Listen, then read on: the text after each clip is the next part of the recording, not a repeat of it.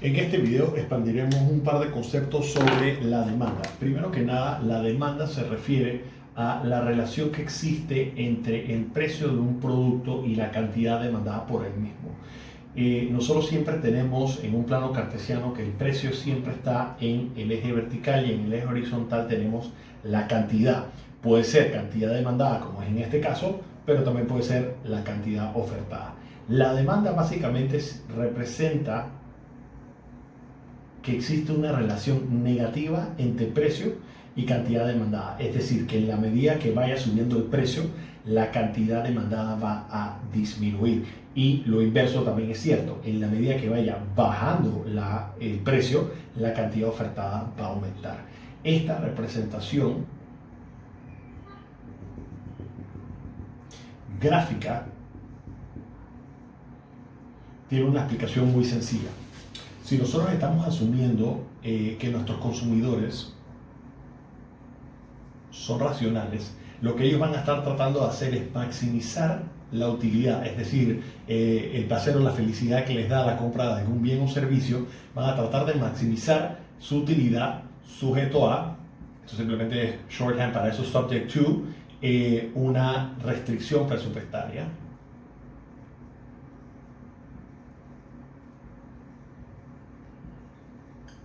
Que conocemos como ingreso es igual a una serie de productos. Esos productos pueden ser tan sencillos como dos, simplemente para mantenerlo un poco más corto, que cada uno tenga un precio PX y un precio PY. Básicamente, si este es un consumidor racional, lo que va a tratar de hacer es tratar de obtener la mayor cantidad de felicidad posible, sujeto a que esto es la limitación que él tiene de presupuesto. Él se va a estar gastando todo su presupuesto en una serie de productos que básicamente aquí estamos simplificando como un producto X y un producto Y. Ahora, ¿qué tiene que ver esto con la ecuación de demanda? Bueno, veamos algo. Imaginémonos que ya esta persona está maximizando su utilidad comprando una cantidad X de producto X y una cantidad Y de producto Y. ¿Qué pasaría si el precio de este producto aumentaría?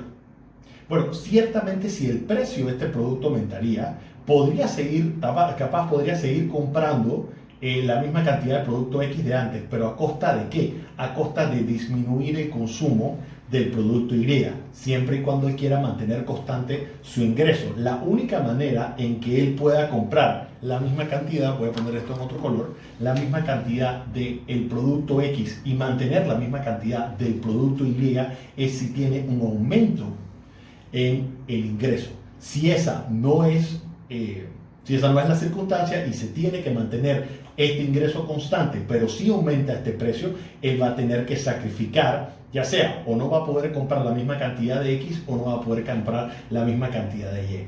Eso se ve aquí representado. Si el precio de un producto aumenta, voy a tener que demandar menos de este bien o de este servicio. Ahora, esta representación es un poco corta y simplista, ya que evidentemente hay muchas cosas que compra una persona con su restricción presupuestaria, no solamente con dos productos, pero tratemos de describir cómo sería una ecuación de demanda. Primero que tendríamos evidentemente la cantidad demandada. Entonces tendríamos que la cantidad demandada es una función de una serie de elementos. Esos elementos normalmente lo que ven en una ecuación sencilla, algo como esto, simplemente voy a dibujarles una ecuación de demanda muy sencilla, digamos que 2000 menos 2P. Esta sería una ecuación de demanda que podrían encontrar en cualquier libro de texto y básicamente tenemos todos los componentes. Tenemos el precio de ese producto, la cantidad que se demandaría dependiendo del precio. Esta básicamente es la intercepción. Esta es la pendiente del precio. Con esto después podemos sacar la elasticidad de la demanda y básicamente esta relación negativa que existe entre el precio y la cantidad demandada. Ahora, esta sería básicamente mi primer elemento en esta ecuación. La cantidad demandada es una función del precio del producto. Vamos a llamar eso PX. Y esta sería la cantidad demandada para el producto PX. Ahora, este no es el único elemento en la ecuación de demanda. Normalmente nosotros tenemos otros componentes en esa ecuación de demanda que lo podríamos apreciar acá en esta función. Nosotros tenemos los productos sustitutos, tenemos los productos complementarios, tenemos el ingreso de la persona o de la empresa o como lo queramos llamar. Entonces tenemos una matriz que básicamente lo vamos a representar con un par de letras griegas. Tenemos una matriz de otras variables cualitativas y cuantitativas. Entonces básicamente tenemos que la ecuación de demanda se representa por una serie de elementos. ¿Cuál es la relación que tienen esos elementos con la cantidad demandada? Bueno, empecemos primero por lo que ya sabemos. Nosotros sabemos que la relación que tiene ese producto, ese PX, con la cantidad demandada es una relación negativa. Es decir, que en la medida de que suba el precio, la cantidad demandada va a disminuir, va en direcciones contrarias. Ahora, ¿qué es un sustituto? Un sustituto es aquel producto, y nótese que aquí no estoy hablando de cantidades, sino que estoy hablando de precio de sustitutos, precio de complementos, no cantidad vendida de complementos. El sustituto es aquel producto que yo lo puedo comprar en lugar de comprar este otro producto. Si digamos el producto X es carne, yo podría decir tal vez que un sustituto de esa carne es pollo. Entonces, si el precio del pollo aumenta, ¿cuál sería el resultado en la cantidad demandada de la carne? Bueno, yo esperaría que si el precio de un sustituto suba, la cantidad demandada de ese otro producto debe subir. ¿Por qué? Lo que ya acabamos de decir, si una persona racional está tratando de maximizar su utilidad sujeto a una restricción presupuestaria, ciertamente esta persona lo que trataría de hacer para mantener su mismo nivel de utilidad, lo que haría es tratar de disminuir la cantidad que compra en pollo, aumentando la cantidad que compra en carne. El precio de los complementos. Los complementos podrían básicamente ser todas aquellas cosas que van de la mano con el producto que yo estoy comprando o vendiendo. Hagamos otro ejemplo. Si por ejemplo lo que yo estoy vendiendo es boletos del cine,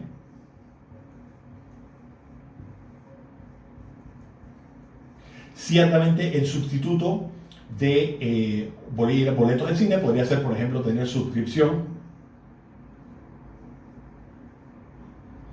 a algún tipo de servicio tipo Netflix o HBO, Google Plus.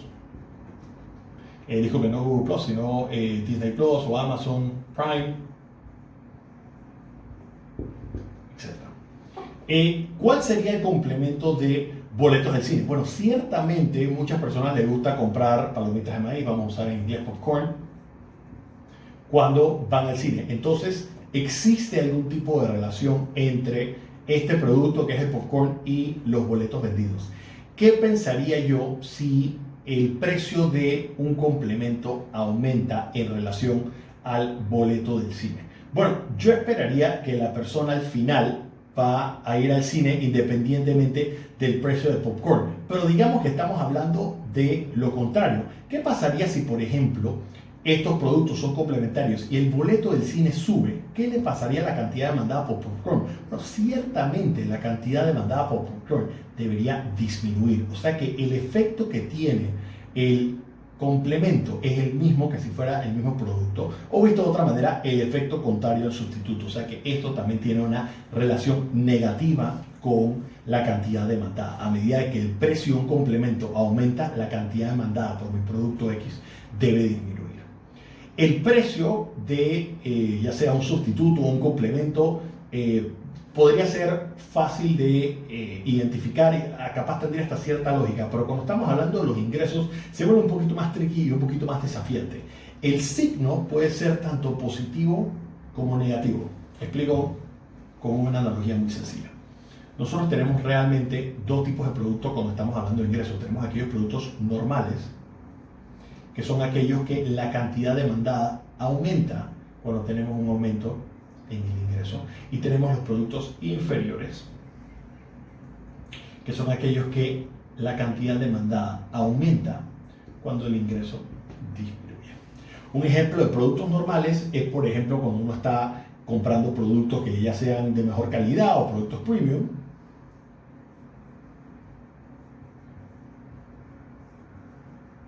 en el que uno anticipa que cuando una persona aumenta sus ingresos estarían comprando más de ese en comparación a cuando tenía menor ingreso. Ahora, los productos inferiores son lo contrario, son productos que son considerados en términos relativos, y es bien importante resaltar esto es relativo, que sean de menor calidad. No necesariamente es de mala calidad, punto, pero es que es de menor calidad en relación a otro bien o servicio. Esto es muy normal de que cuando una persona, por ejemplo, siempre damos el ejemplo de cuando uno es estudiante y uno tiene un presupuesto limitado, cuando uno es estudiante, uno no va a lugares lujosos para comprar comida, sino que más bien va a restaurantes más económicos para tener ese presupuesto. Por el momento que uno empieza a ganar más dinero, uno se puede dar ciertos lujos, entonces deja de comprar, digamos, McDonald's o cualquiera de estos tipos de comercio de comida rápida, de comida relativamente barata. No significa que no lo va a dejar de consumir del todo, pero probablemente deje de consumir en esos lugares y empieza a consumir en lugares un poquito más upscale. Ahora, este efecto se puede ver también tanto positivo o negativo con biseries de variables cualitativas y cuantitativas. ¿Qué son estas variables? Bueno, eso va a depender de cada ecuación de demanda que estamos calculando, pero lo que nosotros estamos tratando de reflejar aquí es que existen elementos más allá de lo que estamos contemplando en este plano cartesiano de dos dimensiones, que sean precio del producto y la cantidad. Si se dan cuenta, aquí no está el precio del sustituto, aquí no está el precio del complemento, no está el ingreso a la persona, pero existen efectos más allá de estas cuatro variables cuantitativas que están afectando esa cantidad demandada. ¿Qué podría ser? Vamos a dar un ejemplo muy particular. Digamos, ¿cómo afectaría la demanda por cerveza si existe, por ejemplo, una ley seca? Eso sería, por ejemplo, una variable cualitativa. Y digamos, ¿cuál sería la demanda de cerveza en algún día particular de la semana? Yo esperaría que la cantidad demandada por cerveza aumente o disminuya si establezco una ley seca. Yo debería esperar que cuando está la ley seca se va a consumir menos cerveza porque precisamente hay una restricción. Ahora, ¿qué pasaría si yo estoy comparando en diferentes regiones donde hay ley seca y donde no hay ley seca? Por supuesto que yo podría hacer un análisis cualitativo en decir 0 en los lugares que hay ley seca y 1 en los lugares donde no hay ley, en los lugares donde sí hay ley seca. Y yo aspiraría que haya un efecto negativo en la cantidad demandada por cerveza en aquellos lugares donde sí está aplicándose la ley. Evidentemente, como esto es 0, cuando yo estoy calculando una ecuación, y para calcular esto se pueden utilizar diferentes métodos estadísticos, regresión lineal es el más común que se utiliza. Básicamente uno tiene una ecuación en donde esta variable se multiplica por 0 y no hay efecto. Pero cuando se multiplica por 1 va a tener un efecto negativo. Ahora, ¿qué pasaría, por ejemplo, si yo determino una variable cualitativa positiva? ¿Qué pasa si, por ejemplo, hay un juego de fútbol? Nosotros tal vez podríamos pensar, no se ve la tilde, aquí nosotros podríamos pensar que la demanda por cerveza durante un juego de fútbol debe aumentar porque a las personas les gusta reunirse, les gusta tomar algún tipo de bebidas mientras están disfrutando del juego. Entonces, aquí tendríamos el efecto contrario. Si nosotros comparamos cuando hay juegos de fútbol versus cuando sí hay juegos de fútbol, nosotros aspiramos a tener una demanda positiva. Hay un efecto que no tiene que ver con el precio de los sustitutos, con el precio de los complementos o con el ingreso, sino que el hecho que hay un juego de fútbol va a afectar positivamente la cantidad demandada. Ahora, hay otras variables cuantitativas que me afectan en mi demanda, y eso podría ser característico o podría ser una idiosincrasia de cada ecuación de demanda que estoy tratando de calcular. Por ejemplo, fue muy fácil calcular el efecto cualitativo si yo diría, por ejemplo, ok, nosotros estamos midiendo cuál es el impacto que va a tener que un equipo en particular clasifique en diferentes etapas en un torneo en la cantidad demandada o en la venta de camisas. Evidentemente, si el equipo avanza en el torneo, debería estar vendiendo más camisas versus si ese equipo no avanza y entonces no está vendiendo tantas camisas como antes. Ahora, pero ¿cómo yo podría medir un efecto cuantitativo? Porque el efecto cualitativo normalmente se mide como sucede o no sucede, un 0 o un 1. Sin embargo, cuando estamos hablando de variables cualitativas, estamos hablando de rangos. Ya podemos ponerle números a las cosas y entonces podríamos empezar a decir, bueno, este efecto yo lo observo cuando existe tal cantidad de cosas. Voy a dar un ejemplo con ingresos. Nosotros, por ejemplo, cuando estamos tratando de calcular la cantidad demandada por un producto, nosotros vamos a tener una ecuación. Normalmente tenemos una intercepción, tenemos el efecto del precio, tenemos el efecto del precio del sustituto, tenemos el efecto del precio del complemento Entonces digamos que tenemos un efecto positivo en precio. ¿Okay? Esta variable que nosotros tenemos aquí de ingreso, nosotros sí la podemos identificar cuantitativamente. ¿Por qué? Porque el ingreso es un rango, puede ir de 0 a infinito, pero entonces yo podría ponerle valores numéricos a esto. Podría decir cuánto es la cantidad demandada en cerveza, independiente de estos precios de sustitutos, complementos, etcétera. Si yo, por ejemplo, yo digo, esta es una persona que gane $500 al mes o que gane $1000 al mes, básicamente le estoy buscando un número a esto. Ahora, ¿qué pasaría si, por ejemplo, yo estoy, en vez de estar calculando ingreso, yo, por ejemplo, yo quiero estar calculando la demanda o la cantidad demandada de venta de batidos de proteína?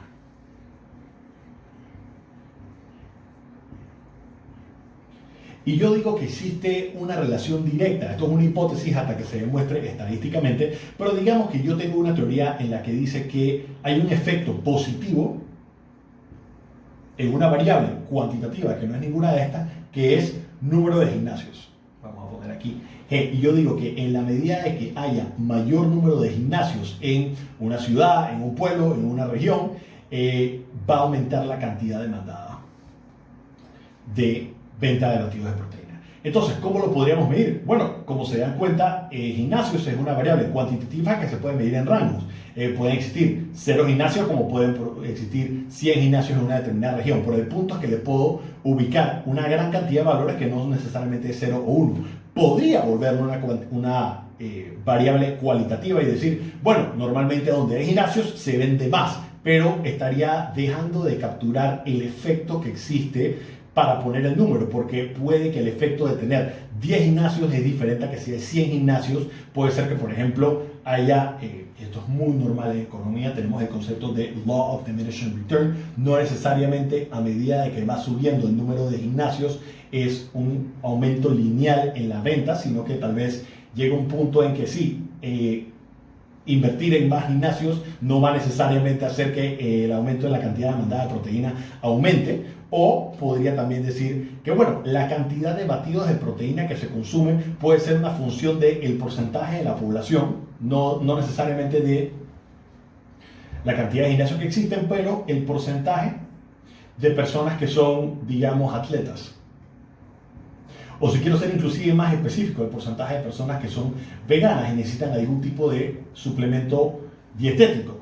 Estos son definitivamente variables cualitativas que yo podría empezar a identificar y a determinar que va a tener un efecto, ya sea positivo o negativo. En este caso yo pensaría que es positivo para este caso en particular, en el que yo puedo identificar que en los lugares donde existe mayor cantidad de veganos se venden más batidos de proteína, específicamente veganos, porque ellos necesitan tal vez ese sustituto alimenticio, o en el caso de los atletas, en los lugares donde haya más atletas o un mayor porcentaje de atletas, probablemente se venda más batido de proteína porque necesitan el suplemento. Entonces, de esta manera podemos analizar un poco mejor cuáles son esas variables y esos factores que afectan la cantidad demandada. Ahora, como ya lo habíamos mencionado, si yo simplemente tengo un plano cartesiano en el que yo tengo precio y cantidad, ¿cómo entonces podría determinar un aumento en cualquiera de estas otras variables? Bueno, yo tengo precio y cantidad